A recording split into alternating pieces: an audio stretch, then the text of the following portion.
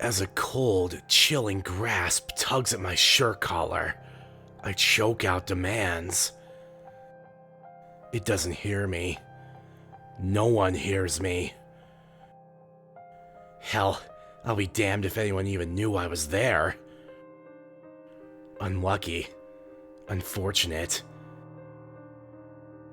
As I dwindled to the remaining light in the room, I felt relaxed and fell to the floor, full of regret.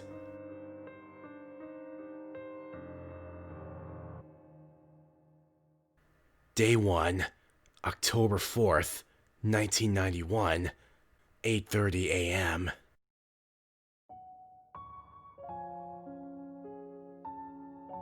It happened just a bit ago. It was a warm spring morning, and as I woke up, I felt as if I were in heaven. It was my birthday, and that meant that I finally got to move to my own place. On my own until, well, you know. After I kissed my mother goodbye, I felt like a new man. I was alone now, driving down the familiar streets looking for houses for sale, but there were no houses for sale, which was odd. Everyone moves out eventually, and most put their houses up for rent if it's theirs. Why not today? I felt like turning back and waiting till tomorrow to find my own place, but it was mid-morning and there was no U-turning this far down the road. It was about 8:45 when I felt hopeless and like all I was doing was burning gas and, well, money too. I was half asleep and there was no way I was going to find anything. I rode until I found a rest stop and settled in the back of my truck with nothing but a rucksack for a pillow and a stray hoodie for warmth. The only lights were the stars above my head, occasionally a car alarm going off. I started to blink and, before I knew it, I was dead asleep. Day 2, October 5th, 1991, 5:30 a.m.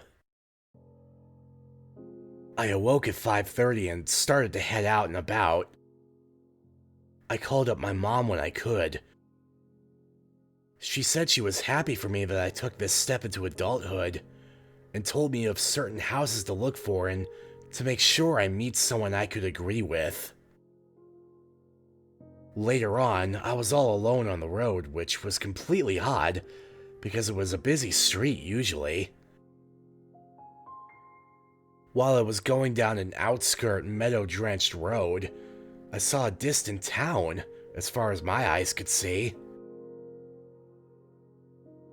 The small town had a tower. Well, what I thought was one. Maybe a lighthouse? I don't know. It looked amazing, though. It had everything. A view, homes, a hospital. It looked like it would be great to live there. I moved towards the town, and when I did, I felt a small pain in my temples. Oh my god, what is going on? I exclaimed to myself. Clenching my head, I ultimately settled down after about 5 minutes. I grabbed the wheel and kept working my way towards this little settlement. Every few meters, though, my headache grew stronger and stronger. I finally took some headache medicine, and then I felt calm. I knew this was nothing special, though. I've always had this problem on planes. I made my way towards the tower where I knew many would spend their time. Maybe it was in memory of someone important? Shortly after, I looked for any houses, but none were open. So, for the night, I knew I would have to stay in the hospital. I was pissed beyond belief. I went through that headache and wasted all that money on gas and then slept at a truck stop. I had set up a night stay at the hospital. I was damn sure not gonna stay in that tower. The nurse showed me to my room. It was nice for a hospital room. She had cleared out all of the medical equipment and needles and stuff.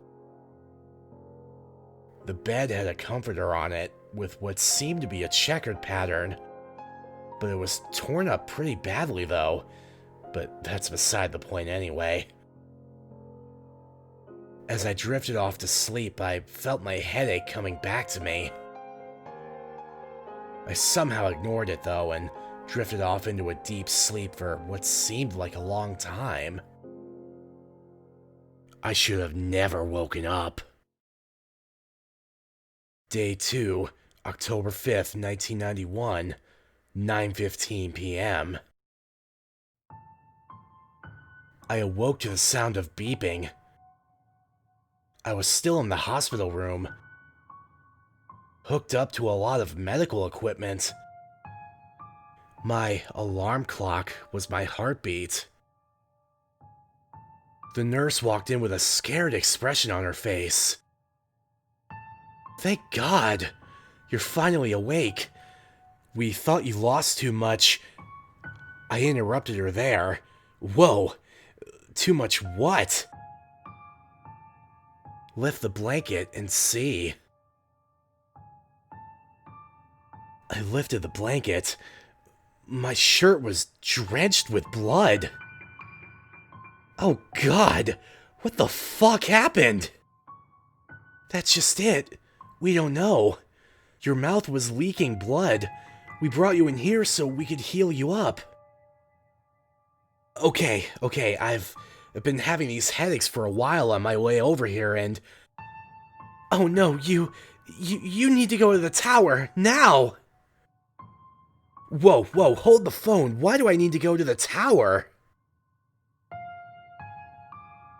The hand. Her face was pale and she looked sick. It was too much for her. I looked over and I saw nothing.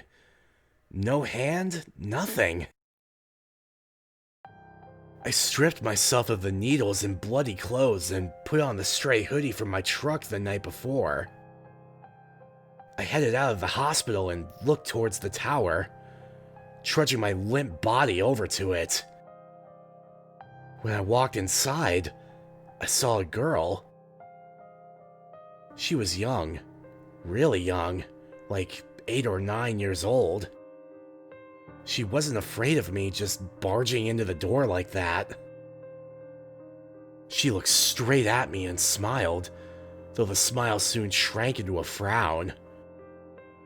"Oh no, they chose you." She had a look of concern on her face. "Does anyone want to explain this to me? Seriously, I need to know what this is!" She simply replied back, The hand on your shoulder." She pointed to my shoulder with a look of pure terror.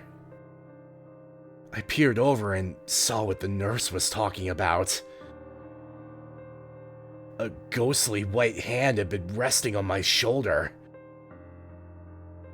No one was behind me, just a hand. As if angered by her gesture at it, it grabbed my shirt collar and jerked it hard. I was gasping for air, and as the light dwindled away from my eyes, I heard the origin of my headaches. A small tune from a music box being held by another hand.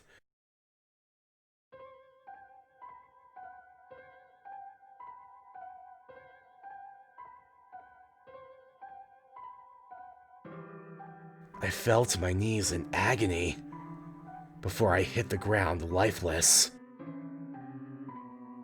I heard the voice of the being killing me at this moment. "Welcome to Lavender Town. Enjoy your stay."